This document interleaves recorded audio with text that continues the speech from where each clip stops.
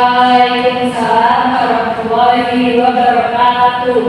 Sebelumnya, perkenalkan, nama saya Sania Kartika. Saya dari program studi akuntansi bisnis digital kelas 2B. Sebelumnya saya ucapkan terima kasih juga kepada Ibu Sri Asuti sebagai dosen pengampu mata kuliah komunikasi bisnis ini. Pada presentasi saya kali ini, saya mengambil tema yaitu rapat bisnis, di mana materi ini terdapat dalam pertemuan ke-13. Langsung saja ke materinya.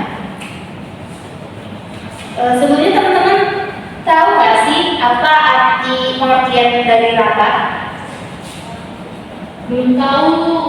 Oke, jadi pengertian rapat itu merupakan bentuk komunikasi yang dihadiri oleh beberapa orang untuk membicarakan dan memecahkan suatu permasalahan. Sedangkan pengertian dari rapat bisnis itu pertemuan dua orang atau lebih, baik di luar maupun di dalam kantor, untuk membicarakan hal-hal yang mengenai bisnis.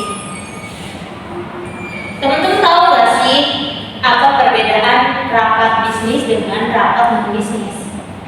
Kalau rapat non-bisnis itu membahas hal-hal di luar bisnis, sedangkan rapat bisnis membahas tentang kegiatan yang berkaitan dengan bisnis. Oke, betul sekali. Jadi, perbedaan rapat bisnis dengan rapat non-bisnis yaitu jika rapat bisnis itu orientasi dan tujuannya adalah bisnis, yaitu untuk memperoleh keuntungan atau laba. Yang kedua, bersifat resmi atau formal. Sedangkan rapat non-bisnis itu orientasi dan tujuannya tidak untuk bisnis, melainkan untuk tujuan sosial kemasyarakatan, pendidikan, dan lain sebagainya. Nah, apa sih tujuan diadakannya rapat ini? Yang pertama, pembahasan dan pengambilan keputusan.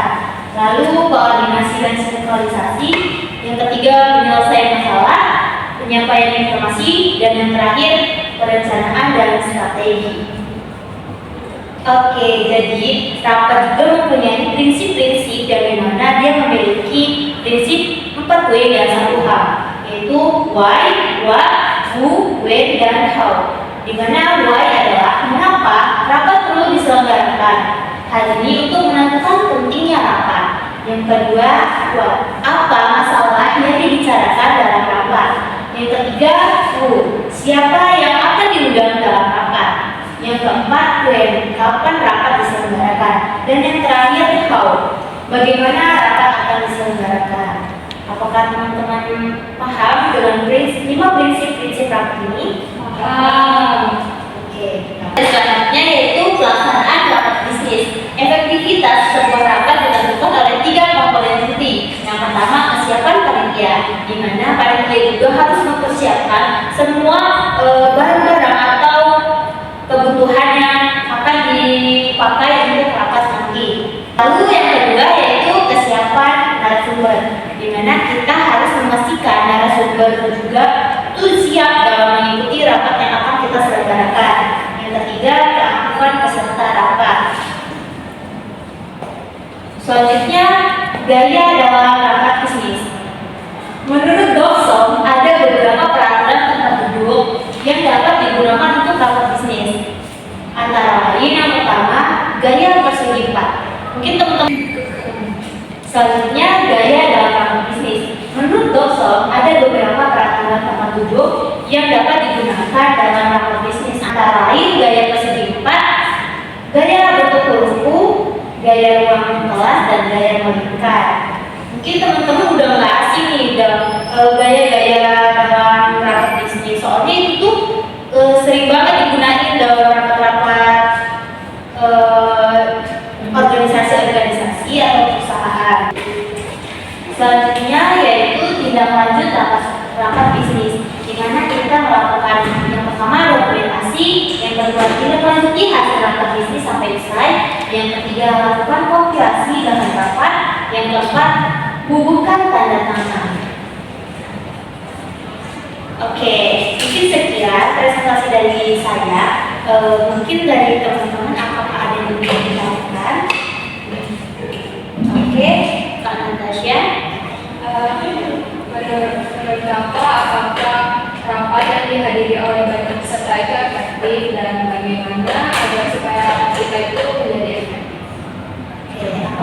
lagi yang bukan?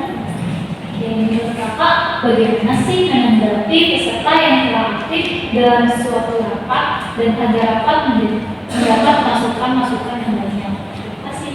Oke, terima kasih untuk pertanyaannya. Saya akan menjawab pertanyaan dari Natasha terlebih dahulu.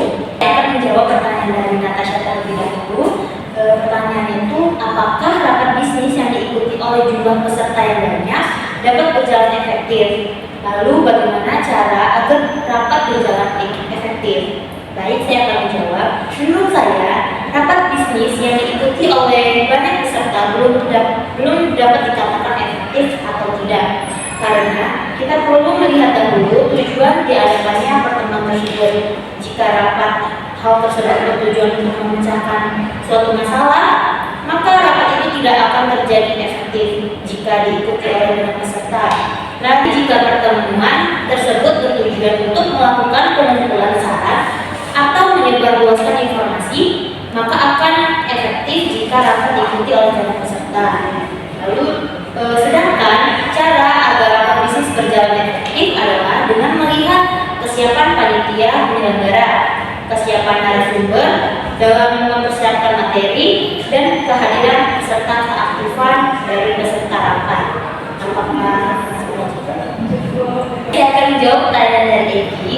Menurut saya, ketika dalam rapat kita membahas peserta yang kurang aktif, maka pembawa acara atau moderator harus dapat memancing pendapat dari peserta rapat itu sendiri dengan pembawaan yang menarik, sehingga membuat orang itu menyampaikan pendapatnya itu merasa nyaman, sehingga mereka merasa dihargai ketika mereka menyampaikan masukan atau pendapatnya.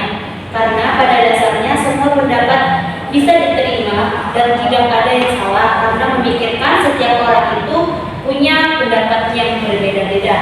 Apakah cukup? Baik, terima kasih kepada teman-teman yang telah menghadiri presentasi saya kali ini. Saya ucapkan terima kasih. Saya akhiri. Wassalamualaikum warahmatullahi wabarakatuh.